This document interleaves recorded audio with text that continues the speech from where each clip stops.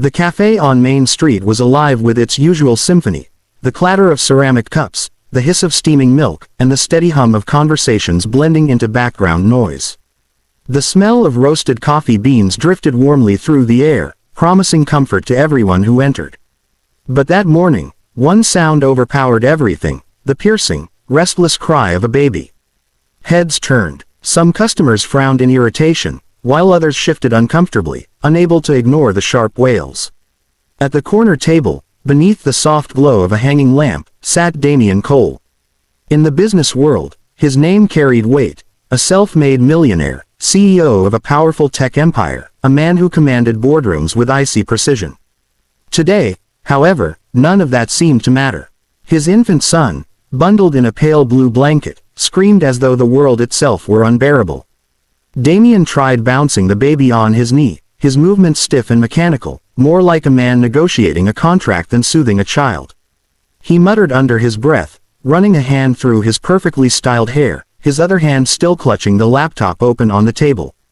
His usually sharp face, known for never betraying weakness, now revealed the raw panic of someone utterly unprepared. Nearby patrons whispered behind their cups, "Isn't that Damien Cole, the CEO? Can't he afford a nanny? Poor baby, he looks so lost." Behind the counter, Lena, a young waitress in a faded apron, noticed. Her shift had been grueling. Burned coffee orders, a late delivery, aching feet. But when she saw the wealthy CEO, so untouchable in the newspapers, fumbling helplessly with his red-faced child, something stirred inside her. Her own life had been nothing but struggle, yet in that moment, she saw not a millionaire, but a man desperately trying, and failing, to be a father. The baby's cries grew sharper, echoing painfully in the cramped cafe. Damien closed his eyes, shoulders tightening as though the noise itself were knives. For the first time in years, he looked like a man who had no solution. And that was when Lena, heart pounding, began to consider the unthinkable, stepping in. The cries cut through the cafe like shards of glass. Damien's hand trembled slightly as he adjusted the baby's blanket, but nothing worked. The small body writhed and twisted, tiny fists flailing in protest. His polished exterior was crumbling. The man who once signed million-dollar deals without breaking a sweat now sat powerless before an infant's tears. Lena wiped her hands on her apron, watching from across the room. She wasn't supposed to interfere. Management frowned on getting too personal with customers. And this wasn't just any customer. This was Damien Cole. Men like him existed in newspapers, not in her world of minimum wages and late rent. Still, compassion tugged harder than fear. Before she knew it, Lena found herself standing at his table. Her voice came gently, almost tentative, as though she were speaking to both father and son. "Sir, may I help?" Damien's head snapped up, his steel-gray eyes narrowing in surprise. He looked at her like a man caught off guard in enemy territory.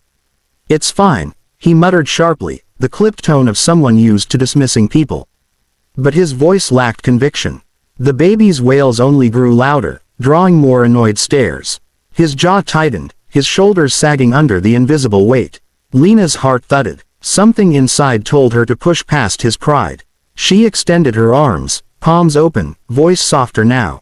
"Trust me, just for a moment." For a beat, Damien hesitated.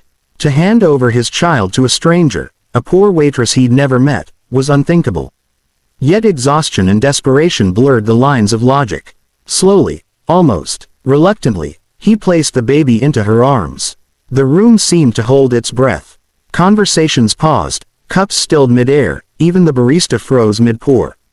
All eyes followed the fragile exchange. Lena cradled the baby close, her touch instinctive. She began to sway gently, humming a lullaby her mother once sang in the cramped kitchen of their childhood apartment. Her voice, soft and steady, carried a warmth that money could never buy. And then, as if by magic, the wailing ceased. The baby hiccuped once, twice, then settled, cheek pressed against her shoulder, breathing in rhythm with her heartbeat. The cafe fell into a stunned silence. The transformation was so sudden, so complete, it felt almost miraculous. Damien's eyes widened, his usual mask of control slipping into disbelief. He stared at Lena, not as a waitress, not as a stranger, but as someone who had done the impossible. For the first time that day, the Millionaire CEO had no words. Damien stared at the scene before him as though it were something out of a dream. His son, who had been shrieking for what felt like an eternity, now lay quiet, nestled against the chest of a young woman in a faded apron. The baby's little fingers clutched at the fabric of her uniform, his face buried in her warmth, his breathing soft and even. "How did you?" The words slipped out of Damien's mouth before he could stop them. His voice was low, husky with exhaustion and disbelief. Lena looked down at the baby, her expression calm. "Babies don't need money, sir. They need warmth." Her words were simple, spoken without challenge, but they landed with surprising weight. Damien blinked, unsettled. All his life, problems were solved with money, hiring experts, buying solutions, building systems. But here, in a noisy cafe, his wealth meant nothing. A stranger with nothing had accomplished what he could not. For a moment, silence stretched between them, broken only by the soft hum of the cafe returning to life. Damien's fingers tightened on his coffee cup, knuckles pale. He hated feeling powerless. Yet beneath the sting of pride was something he hadn't felt in months, relief. "Do you," he hesitated, almost embarrassed by the question, "do you have children of your own?" Lena shook her head, brushing a strand of hair behind her ear. "No, but I helped raise my brothers. When you grow up with nothing, sometimes love is the only thing you can give." Her words struck him harder than she knew.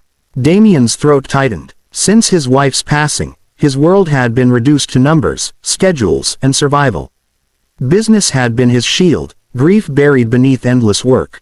But now, watching this waitress soothe his son with nothing more than patience and tenderness, that shield began to crack.